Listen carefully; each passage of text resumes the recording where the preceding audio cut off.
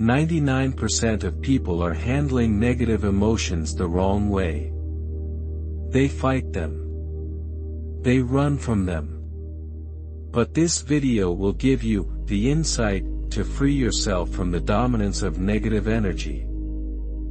Not by resisting, but through inner stillness. Don't scroll away. The opportunity to find peace is right here. Water wave the flowing stillness. Your mind will be like flowing water, yet it is still, but flowing. Therefore, I call it the flowing stillness. Wisdom, Paññā, can arise here. Right now. Please pay attention, do not let your mind chase after other things. Just imagine you are sitting on a mountain or somewhere in the forest. What do you have right now? Only two things. Body, rūpa, and mind, nāma. Everything that makes up the person sitting here is called the body. The mind is what is aware and what thinks right now. These two things are also called nāma and rūpa. Nāma refers to that which has no rūpa or form. All thoughts and feelings, or the four aggregates, khandhas feeling, perception, mental formations, and consciousness, are nāma. They are all formless. When the eye sees a form, that form is called rūpa. Or simply, body and mind. Understand that what is sitting here now is only the body and the mind. But we often confuse these two things with each other. If you wish to be peaceful, you must know the truth about them. The mind in its current state is the untrained mind. It is not pure and bright. It is not yet the pure mind. We must train this mind further, through practice, bhavana. Some people think that practice means sitting in a particular posture. But the truth is, walking, standing, lying down, and sitting are all means of practice. You can practice all day and all night. Concentration, samadhi, means the mind is firmly established to develop samadhi. You do not need to lock the mind away. Some people try to attain peace by sitting silently and not allowing anything to disturb them. But this is just like being dead. The practice is to develop wisdom and understanding. Samadhi is the firm mind, the one-pointed mind. At what point is it fixed? It is fixed at the point of balance. But those who practice by trying to quiet their mind will say, I try to meditate. But my mind won't stay still for a minute. One moment it flies over here, the next it flies over there. How do I make it stop? You don't have to make it stop. That is not the issue.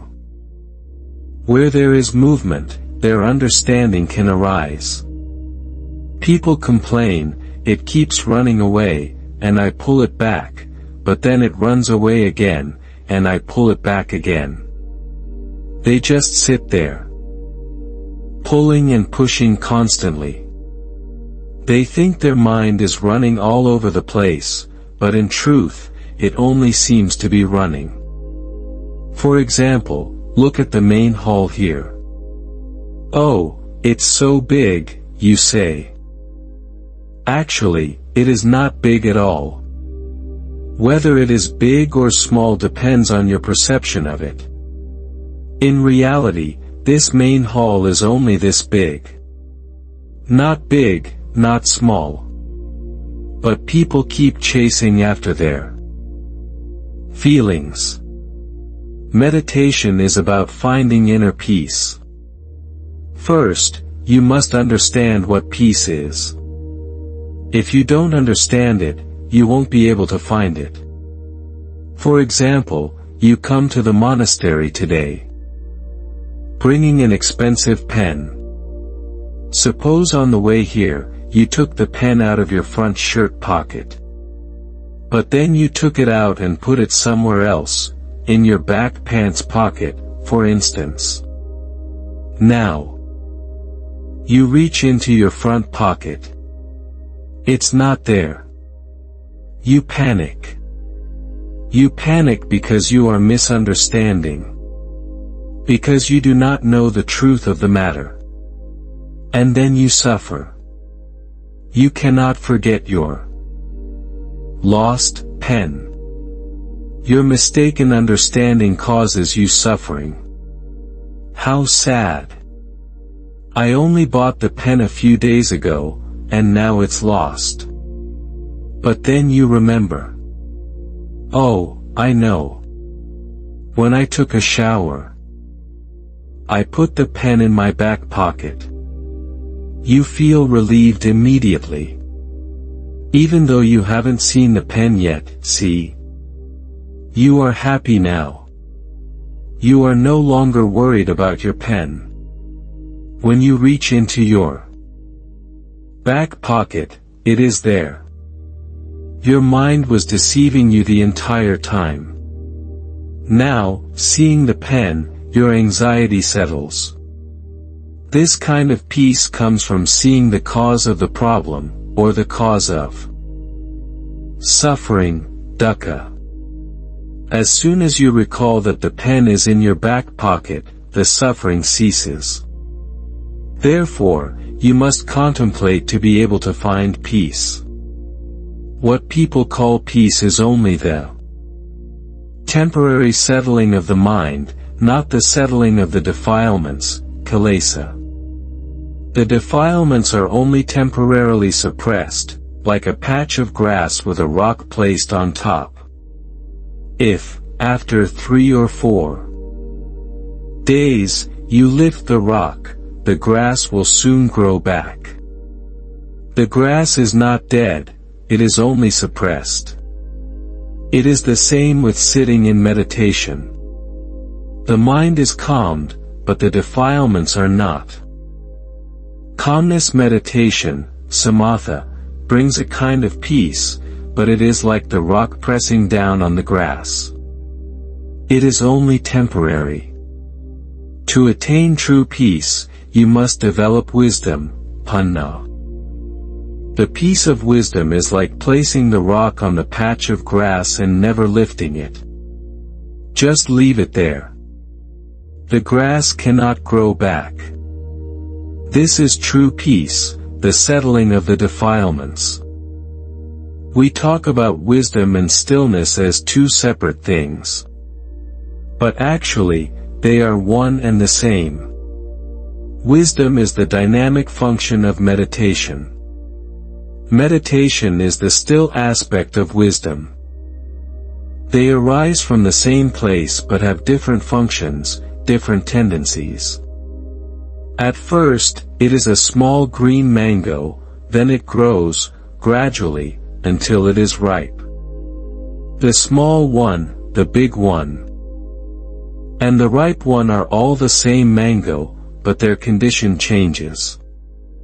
In practice, one condition is called concentration, the later condition is called wisdom. But actually, morality, sila, concentration, samadhi, and wisdom, paññā, are all one thing, just like the mango.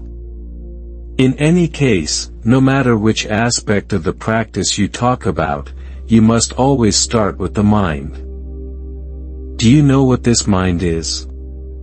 Where is it? No one knows. We only know that we want to go this way or that, we want this or that, we feel good or bad, but the mind is truly difficult to know. What is the mind?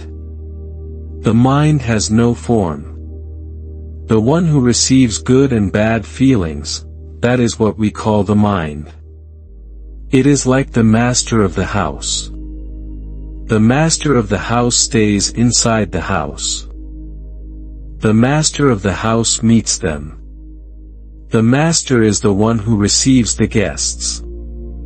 Who receives the feelings? What is it that receives the feelings? The one that lets go of the feelings, that is what we call the mind. But some people cannot see it, so they keep thinking around and around. What is the mind? Is it the brain? Do not make the issue so complicated. What is it that receives the feelings? There are feelings it likes, and some it dislikes. Who is it? Is there a self that likes or dislikes? Of course. Since we cannot see it, we attribute it to a self. But in reality, it is only a formless entity. Therefore, we begin the practice by calming the mind. Put awareness into the mind. If the mind is aware, it will be peaceful. Some people do not establish awareness. They just want to be peaceful in a blank way. Because of this, they never learn anything. But some people know this. What do we take as the foundation for our practice? If there is no long, there will be no short. If there is no right, there will be no wrong. Some people nowadays just keep studying, looking for good and evil. But they know nothing about transcending good and evil. They only know right and wrong. I only want the right, I don't want to know about the wrong. Why? Why?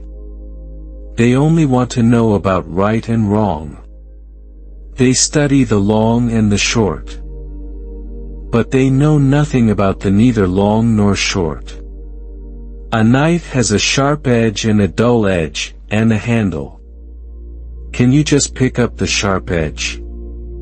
Can you just pick up the dull edge or the handle? The handle, the dull edge, and the sharp edge are all parts of the same knife. When you pick up the knife, you get all three parts. Likewise, if you take happiness, sorrow follows. The practice that clings to the good and rejects the bad is the way of a child. It is like a toy. Of course, if that is all you can understand, that's okay. But if you cling to the good, the bad will follow. The end of this path will be chaotic. It is not good. If you do not study this, your practice cannot be complete. Let's take an example. If you have children, suppose you only want to love them and never hate them. This is the faulty thinking of people who do not know human nature. If you hold on to love, hatred will follow.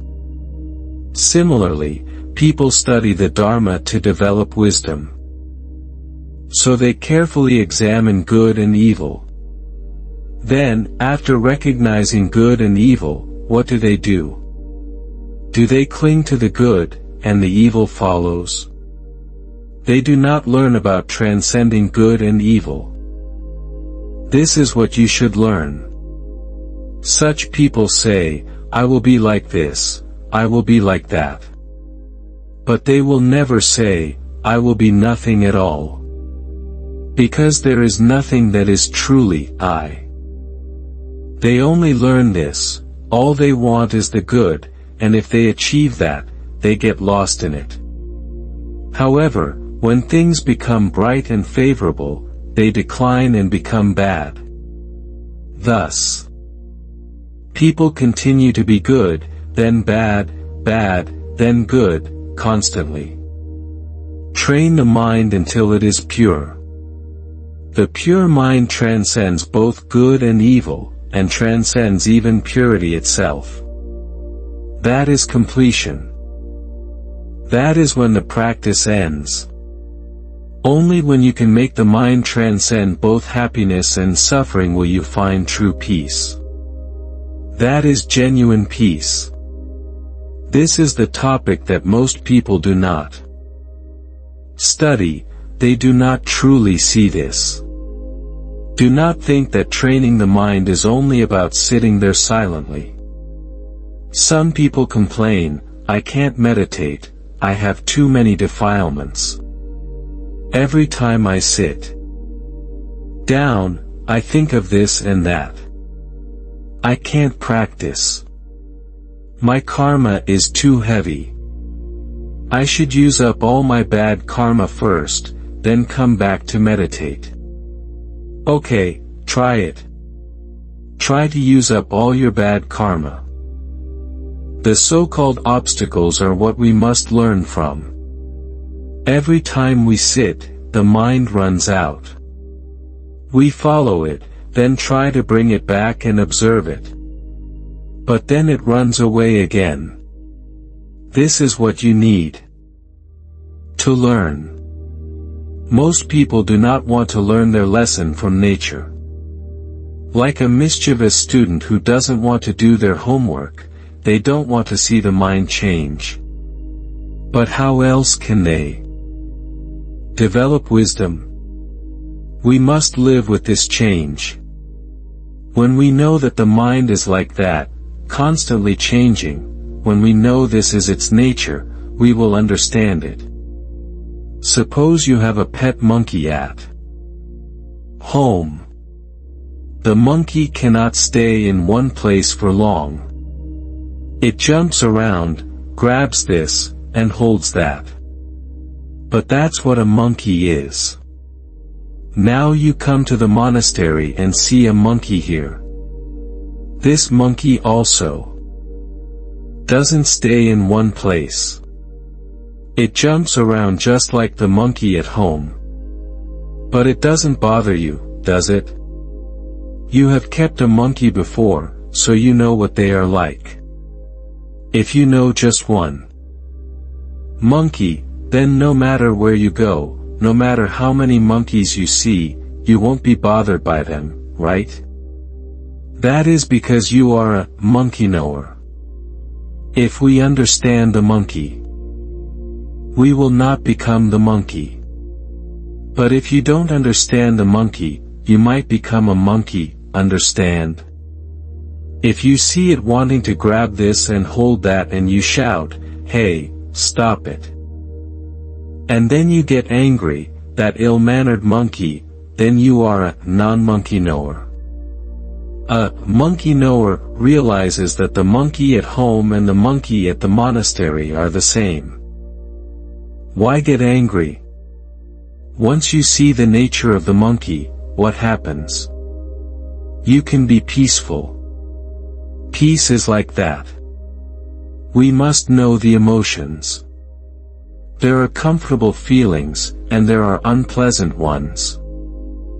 But that doesn't matter. That is their business. It is just like the monkey. We should understand the emotions and know how to let them go. Emotions are uncertain.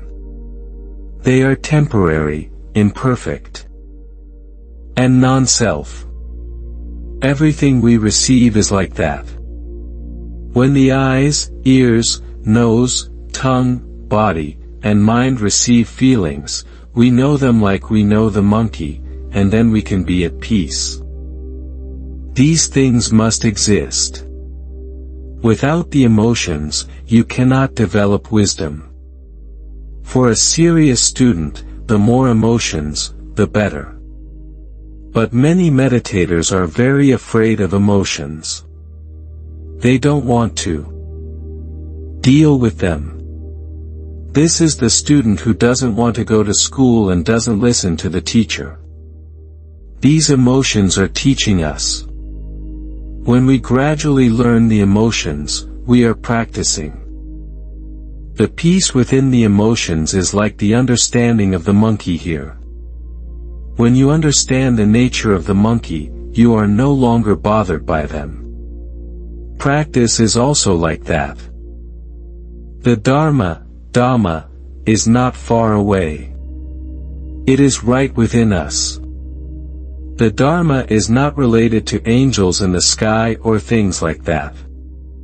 It is only about us, about what we are doing right now. Observe yourself. Sometimes there is happiness. Sometimes suffering.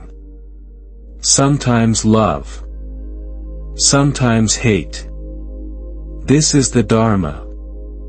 You must read your experiences. You must know the emotions before you can let them go. When you see that all emotions are impermanent, anicca, they will no longer bother you. As soon as an emotion arises, just tell yourself, it is an uncertain thing. When the mood changes, uncertain, you can live peacefully with these things, like seeing the monkey without being disturbed. If you know the truth about the emotions, that is understanding the Dharma. You let go of the emotions because you see that they are all uncertain. The uncertainty we speak of here is the Buddha. The Buddha is the Dharma. The Dharma is the nature of uncertainty. Anyone who sees the uncertainty of things sees their unchanging reality. That is how the Dharma is, and that is the Buddha. If you see the Dharma, you see the Buddha. Seeing the Buddha, you see the Dharma. If you know impermanence, you will let go of things and not hold on to them anymore. You say, "Don't break my cup." Can you stop a thing that is breakable from breaking by saying, "Don't break"? It will break, sooner or later. If you don't break it, someone else will. If no one breaks it, one of the chickens will. The Buddha tells us to accept this, to understand the truth about these things. He saw that this cup is already broken. The Buddha's understanding was like this: he saw the broken cup inside the unbroken cup. Every time you use this cup, you should reflect that it is already broken. When the time comes, it will break. Use the cup, take care of it, until the day it falls out of your hand and shatters. It's okay. Why not? Because you had seen its breaking from before. I really like this cup. You say, I hope it never breaks. A few days later, the dog breaks it. I will kill that cursed dog. You hate the dog because it broke your cup. If one of your children breaks it, you will hate them too. Why? Because you have dammed up the water, and there is nowhere for it to flow out. You build a dam without a spillway, the only thing the dam can do is burst. Right? When you build a dam, you must also build a spillway. When the water level gets too high, it can flow out safely. You must have such a safety valve. Impermanence is the safety valve of the noble ones. If you have this safety valve, you will be peaceful. Walking, standing, lying down, sitting, practice continuously. Use mindfulness, sati, to guard and protect the mind. As long as you do not let go of the Buddha, you will not suffer. As soon as you let go of the Buddha, as soon as you let go of the contemplation on the temporary, imperfect, and non-self nature, you suffer. Immediately. If you can practice this much, it is enough. Suffering will not arise. Or if it does arise, you can resolve it smoothly, and this will prevent suffering from arising in the future. This is the focal point of the practice, a point where suffering no longer arises. And why does suffering not arise? Because we have recognized the cause of suffering. You do not need to go further than this point. This much is sufficient. Contemplate this in your mind. All of you have the 5 precepts, Paññā Sila, as your foundation. There is no need to study beyond this point. Just focus on the 5 precepts first. At first, you will make mistakes. When you realize this, stop immediately, turn back, and re-establish your morality. Perhaps you will wander off and make another mistake. When you realize this, re-establish yourself. If you practice like this, you will have continuous mindfulness in every posture. When it's time to sit in meditation, you sit in meditation. But meditation is not just sitting. You must allow things to experience their complete cessation. Allow things to proceed naturally and examine their nature. How do you examine them? See them as impermanent, imperfect, and non-self. Everything is uncertain. This is so beautiful, I must have it. That is not an uncertain thing. I don't like this at all. Say to yourself. Right there, uncertain. But if you try to view things as real, I will get this thing, you have lost your way. No matter how much you like something, you should think that it is uncertain. A dish may look very delicious, but you should think that it is not a certain thing. It may look very certain, look very tasty, but you still have to tell yourself, uncertain. If you want to check if it is certain, try eating your favorite dish every single day. Every single day, day after day, you will eventually complain, this dish doesn't taste good anymore. Eventually, you will think, actually, I prefer that other dish. But that is also not a certain thing. Some people sit until they become completely sluggish, no different from a dead person. They cannot distinguish which way is south and which way is north. Do not go to such an extreme. If you feel drowsy while walking, change your posture. Have wisdom. If you are too tired, rest for a while. As soon as you wake up, continue the practice. Do not let yourself fall into a dull state. You must practice like this, be reasonable, wise, and careful. Start the practice from your very own body and mind, seeing them as impermanent. Remember this when you see delicious food. You must tell yourself, not a certain thing. You must strike first. Usually, almost every time, it strikes you first. Doesn't it? If you don't like something, you suffer because of it. This is how things strike us.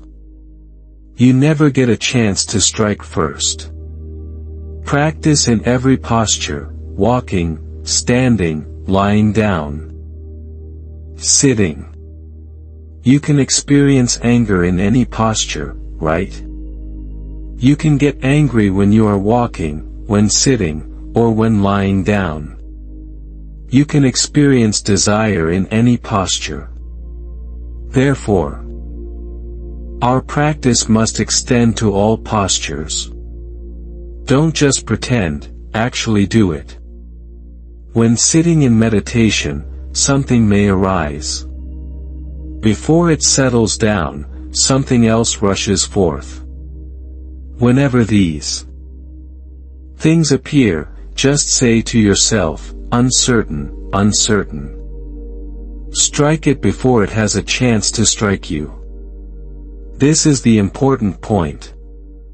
If you know that everything is impermanent, your thinking will gradually unravel. You contemplate the uncertainty of past events. You will see that everything follows the same path. Every time something arises, all you need to say is, "Oh, it's another one." If your mind is peaceful, it will be like the flowing stillness of the water. Have you ever seen a flowing stillness? Just so. You have seen flowing water and still water, but perhaps never a flowing stillness. Right there, right in the place where thinking cannot take you, right within the peace, you can develop wisdom. Your mind will be like flowing water. Yet it is still, but flowing. Therefore, I call it the flowing stillness. Wisdom can arise here. Chapter 36, Transcending. The root cause of all this confusion is the self, atta. The self is merely the outer husk. We peel off the outer husk to see the core, which is the transcendence. When the group of 5 ascetic monks left the Buddha, he regarded it as a blessing, because he would be able to continue the practice without hindrance. These men left him because they thought he had abandoned his practice and returned to a loose lifestyle. Before that, he was very dedicated to ascetic practices that tortured the body. Regarding food and sleep, he tormented himself greatly. But he did not see that practice yielding results. His practice arose from arrogance and clinging. He confused worldly values and selfish beliefs with the truth. For example, if someone decides to practice severe asceticism to be revered by others, this is practice for the world, practice for fame and gain. Practicing with such intentions is called confusing the worldly path with the truth.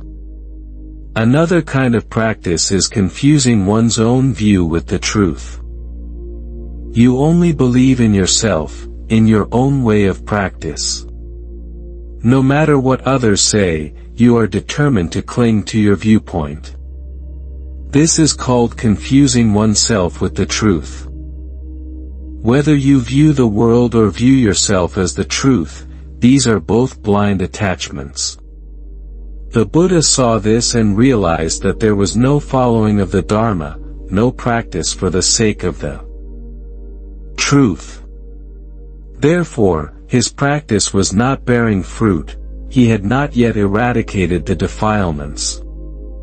Then he changed completely and reviewed all his past efforts at practice. What was the result of all that practice?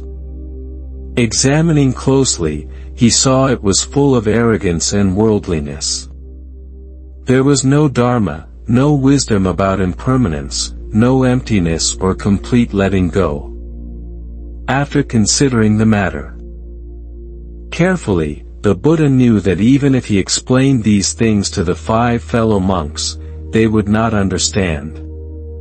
It was not something he could easily convey, because they were still clinging tightly to their old way of thinking and practicing. The Buddha saw that if you practice in that way, you will achieve nothing even if you die trying, because that practice is driven by worldly values and arrogance. Contemplating deeply, he understood the correct practice. The mind is the mind, the body is the body. The body is not the source of desire or defilement. Even if you destroy the body, you still cannot destroy defilement. Even if you starve and do not sleep until the body is only bone covered by skin, you still do not extinguish defilement. But the belief that defilements can be eliminated in that way, the teaching of self-mortification, had deeply penetrated the minds of those 5 ascetic monks. And then the Buddha began to eat and sleep normally and practice more. Naturally, when the 5 monks saw the change in the Buddha's practice, they thought he had given up asceticism and returned to worldly indulgence. The Buddha's perception transcended to a higher level, but the 5 monks thought he was regressing. They could not let go of their way of thinking. But the Buddha had seen his mistake and let it go. And then, just as birds leave a tree that no longer offers enough shade, or fish leave a pond that is too small or too dirty, the 5 ascetic monks abandoned the Buddha in the same way. Now, the Buddha focused completely on contemplating the path. He lived more comfortably and naturally. He allowed the mind to be the mind, the body to be the body. He did not force his practice excessively, only just enough to gradually loosen the shackles of greed, hatred, and delusion. Before that, he fell into 2 extremes. When happiness and love arose, he was disturbed and clung to them. He identified with them and could not let go. He was caught there. That was one extreme. The other extreme was when he practiced self-mortification with the 5 monks. These 2 extremes he called indulgence in sensual pleasures and indulgence in self-mortification. The Buddha had been attached to conditions. He clearly saw that these 2 paths were not the path of a true renunciant. If he lingered there, constantly running from one extreme to the other, he would never become one who understands the world. And then, the Buddha focused completely on the mind and the training of the mind. Worldly phenomena proceed according to their supporting conditions. The body experiences pain, sickness, heat, cold, etc. These things happen on their own, and they have no problem with it. In fact, people are too worried about their bodies. We make them worried and attached to their bodies too much, to the extent that they can't let go. Let's take a look at the electric pad here. We build it up and say that it belongs to us. But the rats and mice live here. And we always drive them away, because we think that this house belongs to us, and we don't let the rats and mice live here. The same is true for the disease of the body. We see that this body is our house, and it belongs to us. If we have a headache or a stomachache, we get angry. We don't want to suffer. These feet belong to us. We don't want them to be in pain. This is our head. We don't want it to have any problem. We have to cure all diseases and the most painful ones at all costs. This is where we are trapped and go astray. We are just a guest of this body. Just like this electric pad, it doesn't really belong to us. We are just tenants, like the rats and mice that live here. But we don't understand this. Buddha taught that there is no such thing as a long-lasting self within this body, but we hold on to it as if it were us. When the body changes, we don't like it. But if I tell you the truth, you get even more confused. This is not you.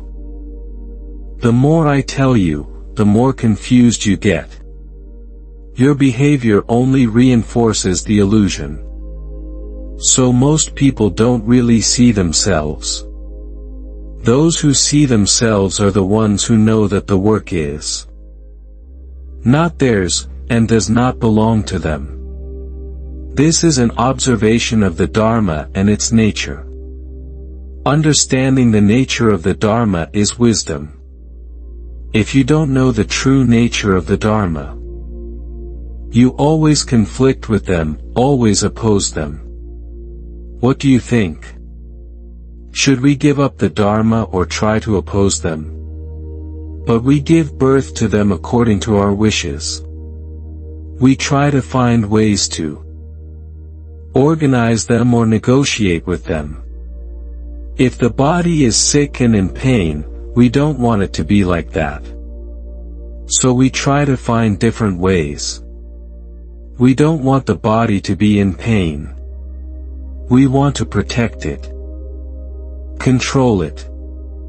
These ways can become a mysterious ritual that makes us even more confused when we try to oppose them to get rid of the disease and increase the lifespan of the people. Actually, the Buddha gives us these ways to help us see clearly, but we oppose them to increase our ignorance. The Dharma is to help us understand the truth about the body so that we can get rid of it and get rid of our ignorance. This is called giving up the Dharma to reduce the lifespan. But we often give up the Dharma to expand it further. Or if we feel that something is too long, we try to give up the Dharma to shorten it to force nature to do as we wish. All of this is an illusion. Everyone sitting here in this room is paralyzed. All the people sitting here are paralyzed. All the people sitting here are paralyzed. All they can think of is how to get rid of the suffering. When will they know how to practice? When the disease occurs, people don't find it strange to be born in this world. This is the experience of illness. When Buddha and his disciples were ill, they cured themselves with medicine. It was only a matter of adjusting the elements. They did not cling to their bodies blindly or carry out these rituals to cure themselves. They cured themselves by observing, not by imagining. If they were cured, that was good.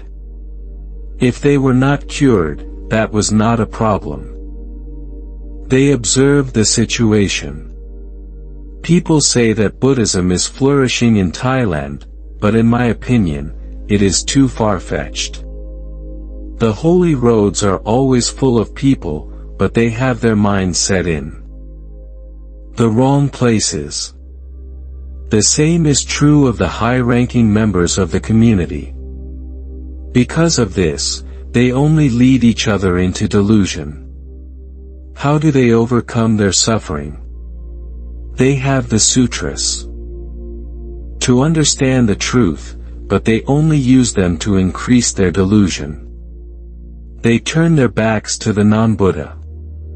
The Buddha goes to the north, they go to the south. How can the two sides meet? They are not close at all. They practice the sutras, but they do it foolishly, not with wisdom. They learn to ask questions, but they do it foolishly. They know, but they do it foolishly. So in the end, they live foolishly, and know foolishly. That's how it is. What about the teachings? Everything they do now is to teach people to become foolish. They say that they teach people to be wiser, to impart knowledge. But if you look at them logically, you will see that they are actually teaching people to go the wrong way and to hold on to falsehoods. The teachings are to help people see that they are empty, without a fixed personality, and without reality. But people learn the Dharma to strengthen their falsehoods, so they don't want to experience suffering and pain. They want everything to be peaceful. They may want to overcome suffering and pain, but if there is still a falsehood there, How do they do it? Let's say we own a very expensive item. As soon as that item becomes our possession, our mind changes. Now, where do we put it? If we put it there, people can steal it. We worry about finding a place to keep it. And when does the mind change? It changes as soon as we receive that item. Suffering and pain arise at that moment. No matter where we put that item, we are not at peace. Whether we are standing, walking, or lying down, we are all in a state of worry. This is suffering. And when does it arise? It arises as soon as we know that we have received something. Before we had that item, there was no suffering. It did not arise because there was nothing to keep it. The cause of all this confusion is self-destruction. We remove the rough shell to see the super virtue. Self-destruction is only the outer shell. You have to remove the outer shell to see the core of the virtue, the super virtue. You have to break the outer shell to find the super virtue. You can compare it to unbroken rice. Before you can use the rice, you have to break it. You remove the outer shell and you will find the core inside. Now, if we do not break the rice, we will not find the core of the rice. It is like a dog sleeping on the floor that has not been broken. It is hungry, but it is only lying there thinking, where do I go to find food? When it is hungry, it jumps out of the floor and runs to find food. Even though it is sleeping on the floor, it still does not know anything. Why? It cannot eat the floor. The dog cannot eat the rice. That has not been broken. The food is there, but the dog cannot eat it. We learn to ask, but if we do not practice the virtue, we will not know, like a dog sleeping on the floor. It is so shameful. Likewise, there is rice, but what is covering it? The floor is covered with rice, so the dog cannot eat it. And there is super virtue, but what is covering it?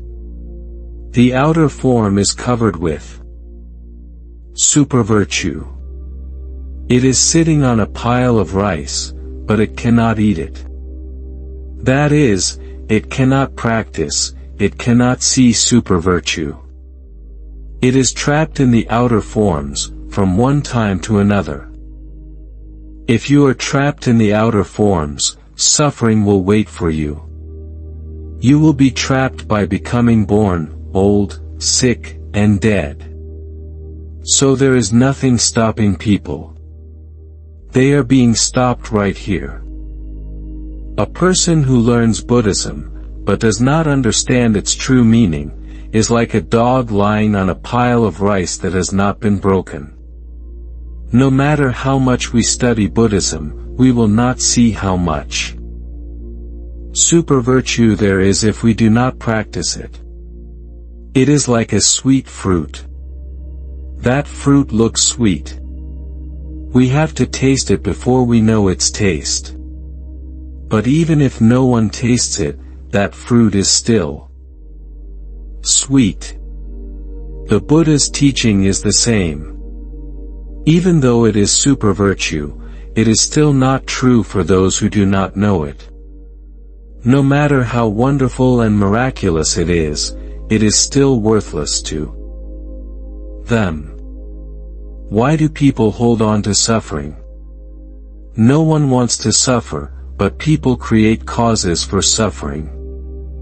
That is why they wander everywhere in search of it. People really want to find happiness. But their hearts create too much suffering. Just looking at a little bit is enough. That is because we do not know what suffering is. We do not know what suffering is. We do not know the cause of suffering. We do not know the end of suffering. We do not know the path that leads to the end of suffering. That is why people behave like that. These people have the wrong view of suffering. But they do not see it as suffering. Whatever we say, believe, or do that leads to suffering is suffering. If it is not suffering, it will not lead to suffering. We will not look at suffering, happiness, or any other state. We will let the world flow naturally like a stream of water. We do not have to stop it. We just let it flow naturally. The same is true for Buddhism. It flows naturally, but the mind that is ignorant tries to resist Buddhism in the form of an ant. It flutters around, looking at the ants in other places, in other people. We have our own ant. But we do not see it. Let's look at this. Most people are still trapped in the chain of suffering, still wandering in the cycle of life and death. If suffering arises, all they do is think of a way to get rid of it. They want to stop it as soon as possible. They do not care that this is the natural nature of Buddhism. They do not know what to do.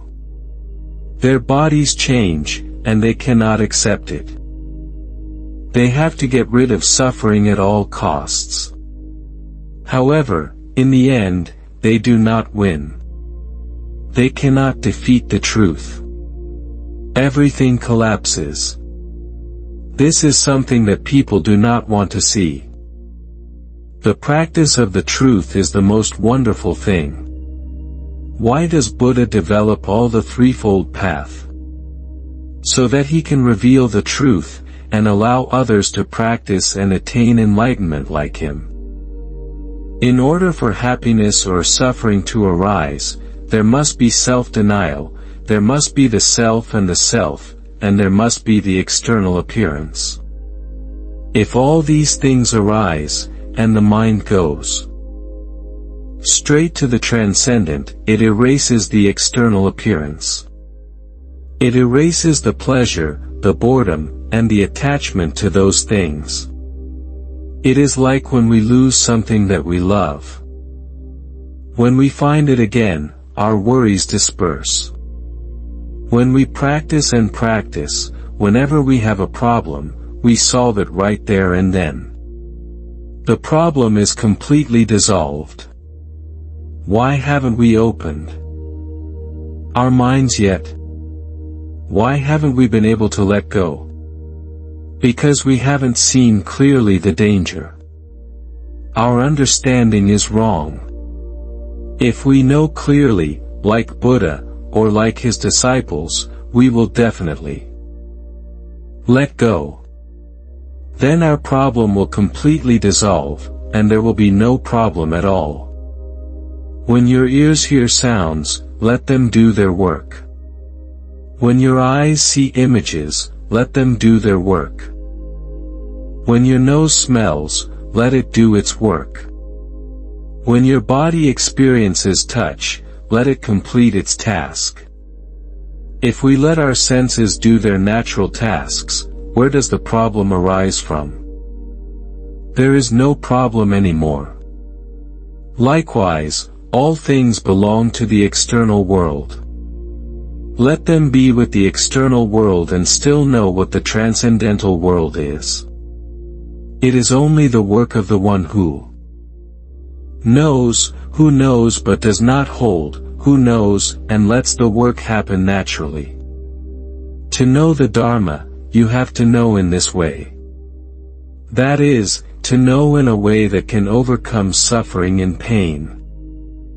This kind of knowledge is very important. To know how to make things, to know how to use tools, to know all the techniques of the world. This kind of knowledge is useful for them, but it is not the ultimate knowledge. The Dharma must be known in the way I have explained here. You don't need to know a lot.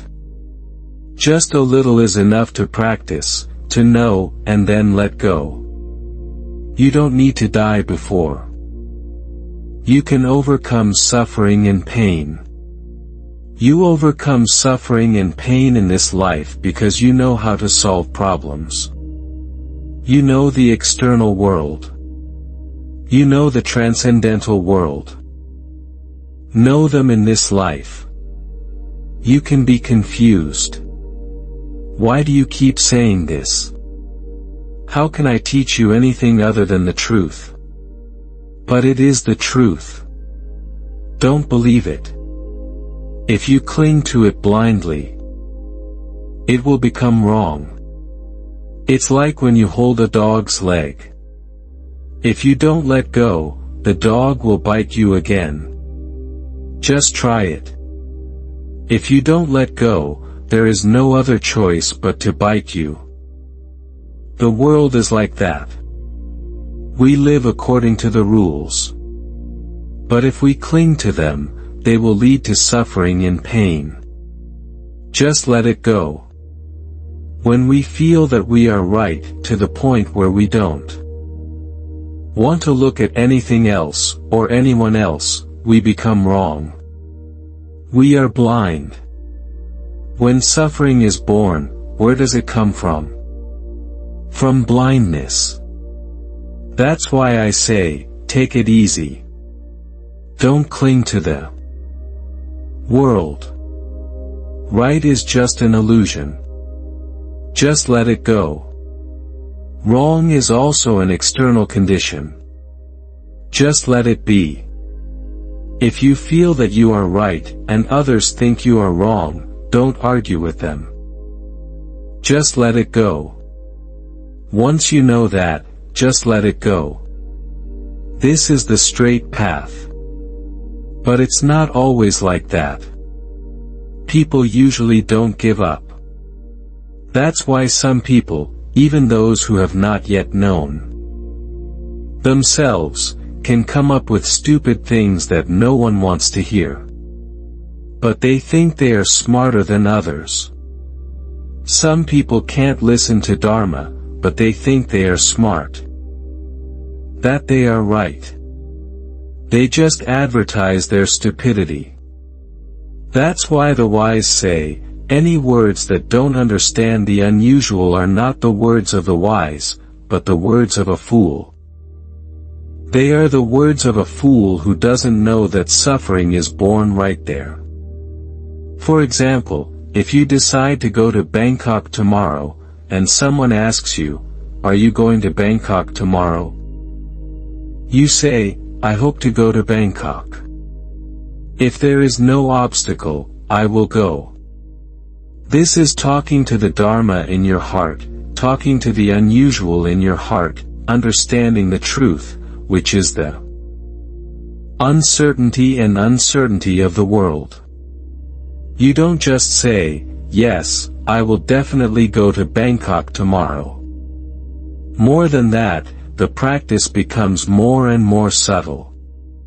But if you don't see the Dharma, you can think that you are right, when in fact you are wrong, and you leave the truth of the world with every word you say.